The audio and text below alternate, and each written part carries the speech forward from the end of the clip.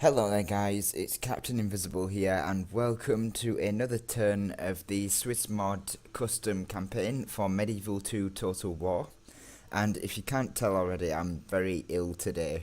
I got the turn yesterday evening and I already felt quite terrible then. But as I say, I've just got to power through this turn and then it's out of the way and sorted.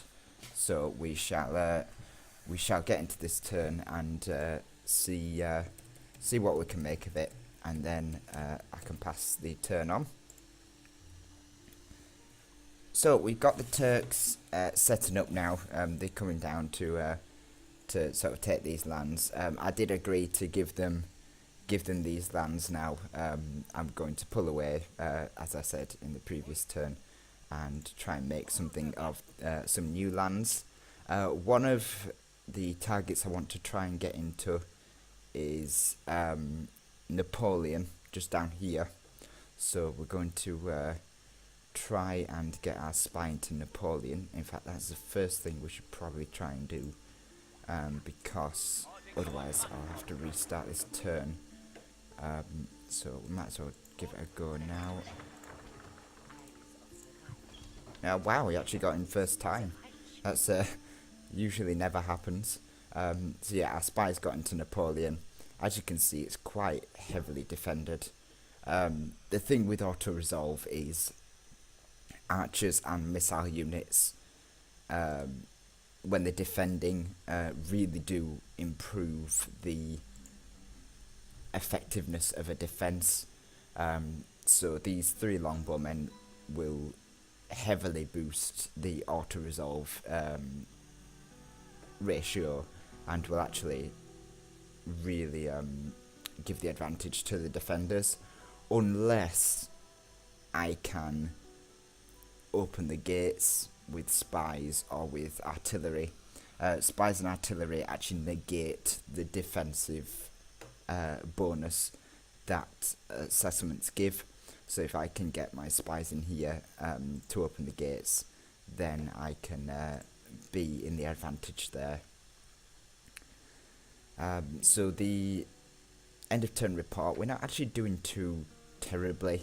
We've been recruiting troops pretty much constantly, so we do actually have quite a sizable army. You'll see that when I merge it all together. And income wise, we're not really losing any because the King's Purse is 5,000. So we are actually on track to make quite a lot of money as well. So money and troops are actually not an issue for us. It's just territory that we are going to have to sacrifice to the Peace and Love Empire.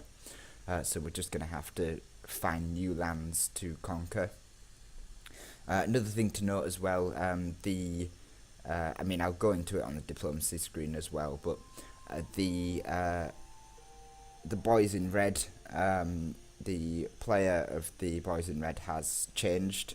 I believe it used to be Lord Vrengian who commanded the boys in red, but his computer has died, and he's not going to be able to get one sorted soon enough. So he's had to drop out and be replaced by Gamersville, who is already part of the Grand Hot Seat campaign. So he's obviously quite a dedicated hot seat player.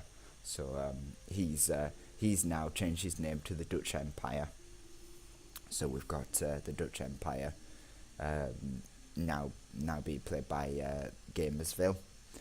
The Lionhearts are top militarily. We're actually second, so we're not, again, financially we're not too bad. We are in quite a stable position financially. It's just, as I say, the lack of territory that's hurting us at the moment. Desert Hobos are top in production. Russia is top in population. It's probably because he's been expanding quite rapidly in the north and capturing lots of settlements. I think it's been actually overextending, but that's why he's got the biggest population, simply because he's got the most land. And overall, the Lionhearts are top, which is quite surprising. Lionhearts are obviously in the English. So he's obviously pushing quite strong in the east. Now we've got some trait increases that will help us to get into Napoleon once we get some spies. There's only a 32% chance at the moment, but hopefully next turn we'll be able to get this spy in as well, and boost up the chances. And then we're just going to siege it and hope that it helps us get into Napoleon. Now last turn we did build some ships, so we're going to use these to sail right here. I want to go right there. You'll see why in a little bit. In fact, I'll show you why now actually. There's no need for me to wait. You need to build a watchtower just to keep an eye on things, and here we've got a nice Russian fleet with all its glorious movement ranges. So yeah, I don't know what the intentions of this Russian fleet are, but certainly it could, if we left our ships sort of over here, it would be able to get them. And I don't want him to be able to sink our ships, especially considering we are now going to have to become a naval power in these islands. Maybe even going to the central island, but we're going to have to use our fleets, so we can't afford to have them get sunk just on the off chance of killing some of our troops. So the rest of these forces with the Emperor are going to join with Albrecht.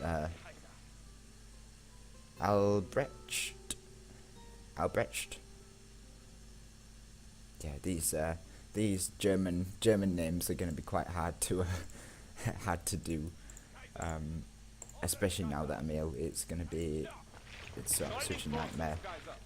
So we're going to try and support Orwell with a peasant, and we're actually going to move completely out of Ringo. I don't need any troops in Ringo now that the Turks are coming down to claim these lands. I can just give them up for him. In fact, he does have a diplomat, so he could even ask for the settlements in a trade agreement. We get a spy that in this army as well. Just merge some cavalry. So we do actually have quite a sizable army. It's certainly a lot bigger than, well, it's probably about the same as that Turkish army, but this one was the one that we weakened at Genghis, but were unfortunate enough not to destroy. He still has a lot of troops. In fact, what I want to do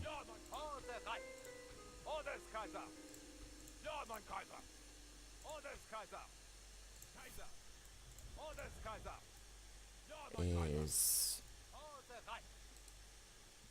can I do this? It's a shame I can't move my archers as well. What I'm trying to do is reset my stack so that my infantry is up front, then my cavalry, and then my archers, because the way the auto resolve works is it pits each unit against each other. So your infantry is going to get pitched up against the enemy first, obviously after the general, and then the next unit, and then the next unit. So in this case, it will be both my generals getting pitted against the enemy, and my generals actually have quite strong stats. In fact, my generals are actually both pretty strong. This guy's got 3 command, this guy's got 2. Only 2 command, but he's still fairly young. So the auto-resolve is going to pit these guys up against whatever we meet. In this case, let's say it's this guy. I'm going to pit both of these against this guy first. So first my Emperor against this guy, then my General against this guy. If Emperor Frederick beats this guy, then he moves on to the next unit, so then it'll be Emperor Frederick against each archer, which he should be able to destroy actually, because archers are weak to cavalry, so you'll be able to beat them. And then he might come up against these mailed knights, and by that point he might be weak, so he might lose to them. So then it'll be this guy that goes up against them, and he might be able to beat them, but he might struggle against the billmen, so then it'd be my infantry that goes up against him, and so on and so forth. That's how the auto-resolve kind of works, as far as I'm aware. It's quite an odd way of doing the battling, but it's not. That's quite nice, free upkeep for those guys. It's not the usual way I would assume that auto-resolve works, but it's what we have to work with. So again, I want all my infantry up first, because infantry have better stats than the archers.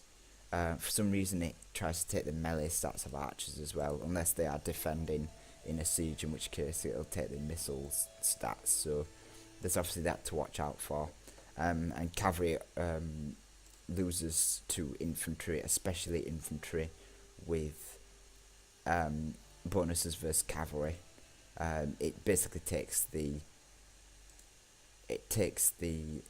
defensive stats of units before the attacking stats. Hence why archers kind of do really poorly, because they only have very low defenses.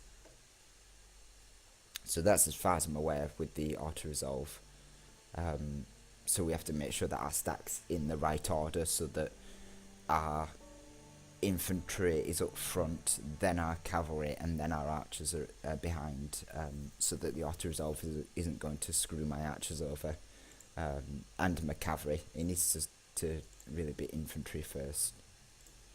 So we're going to get a leather tanner here, just to try and upgrade some of our troops' defences, because we've only got these guys to work with. We're going to have town militia to work with for a while, so we might as well get a leather tanner, get these guys to have some armour upgrades, and then when we capture a castle, we might even maybe try and capture this place and turn it into a castle, or move north and see what's left. I don't think there's anything left in Russia, but yeah, try and capture some of these settlements, get a castle, and get some stronger troops. But yeah, certainly Napoleon will be the first to fall, because if I can get my spies in here and negate the defensive bonus, then my infantry should win out, especially against these billmen, which, as you can see, have lower defense but quite high attack. That's not what you want to go for, because it's not going to help the billmen beat my spearmen, especially if I get stronger spearmen like the armoured sergeants or the sergeant spearmen. So that's the plan. Money wise, we're actually again not doing too bad. Projected treasury total next turn is 8,000, so we're gonna have a lot to play with. Again, I've not spent all of my money, so we are gonna have quite a lot to use next turn. And as I said before, we're gonna sell, try and give these settlements to the Turks, so that we don't have to worry about them as we make our way westward. As for the other statistics, we might as well look at everyone else's progression. Yeah, the Lionhearts and I believe that's Russia, both doing really well. Probably because they're both uncontested at the moment. The Moors and I believe the Venetians are going to come into loggerheads fairly shortly, simply because the Venetians being down here and the Moors being down here, they're in close contact with each other, whereas Russia's sort of up here, out of the way, and the Byzantines as well, sort of out of the way down here, whereas England and soon to be the Turks are going to again get into combat. Me and the Turks have basically switched positions. We've kind of crossed over here in terms of the overall ranking. Military, Venice is still pumping out tons of troops. The Moors are not doing too bad militarily. Russia and the Byzantines also doing fairly well. And then I believe England and the Turks are basically on top of each other. We're sort of down here. We've only got this one stack of troops, but again, it's not too bad. It's a good 15 troops, and it's more than enough to take Napoleon. Again with some help from our spies, and then we can use it to we can just bolster the ranks with town militia for now. It's not going to be too much of an issue this early in the game. Production, everyone's doing quite well up here, but production isn't something that we need to think about at the moment. Territorial, again, Russia's been expanding very quickly.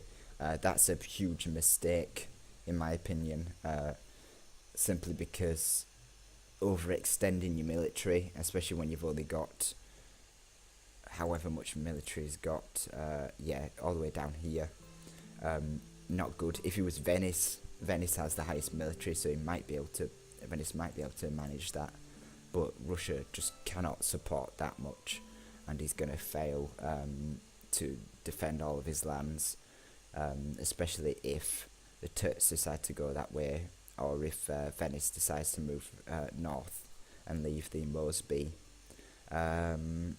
In terms of territory, me and the Turks actually have the same, but that's obviously going to end when I give the Turks these settlements. Financially, we're not doing too bad. We are up here, so we are increasing quite well.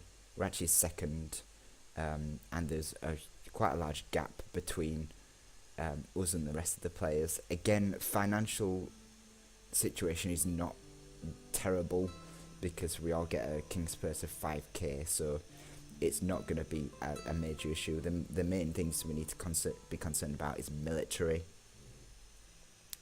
and that's probably it. Military is probably the biggest factor in this. Again, there's no point having tons of territory if you can't defend it with a military. There's no point having tons of money if you can't spend it on a military. So you might as well have a big military and then have the military suck the funds out of your treasury. It doesn't matter. You get a King's Purse of 5k, which is going to stop you from going into the red, and you can go from there.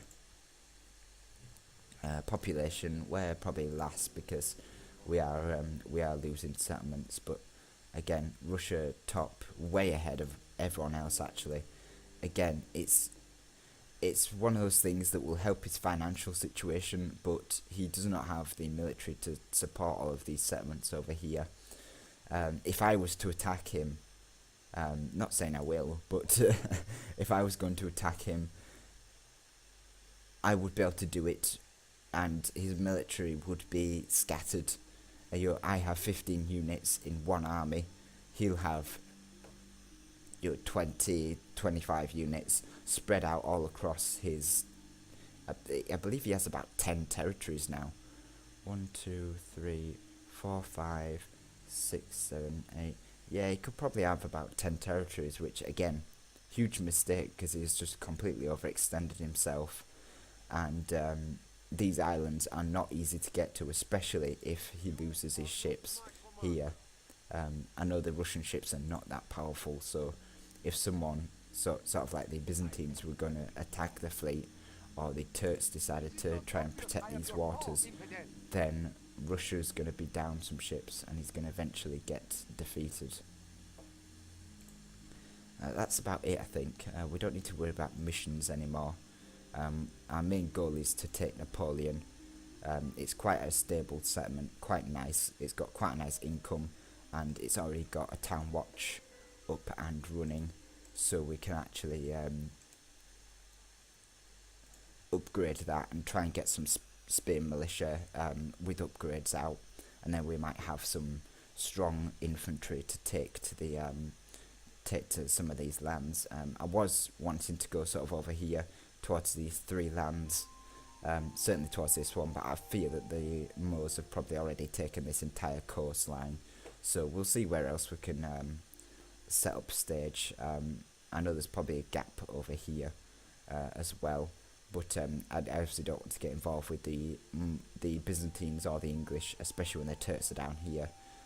They're going to be in quite a strong position actually to take on the English and the Byzantines, so we don't have to worry about them too much, as they are more concerned about Venice over here growing in power, and and the moors as well, owning all this coast, that's going to be an issue if we ever want to expand that way. For now, as I say, that's us pretty much sorted, so we can end the turn, and then I'll save it and rename it the Dutch Empire. Turn number 6. There we are. So yeah, that was turn number 6. Thank you all for putting up with my terrible voice this today. But I just wanted to get this turn out and sorted. Not in a couple of days. That would have taken too long.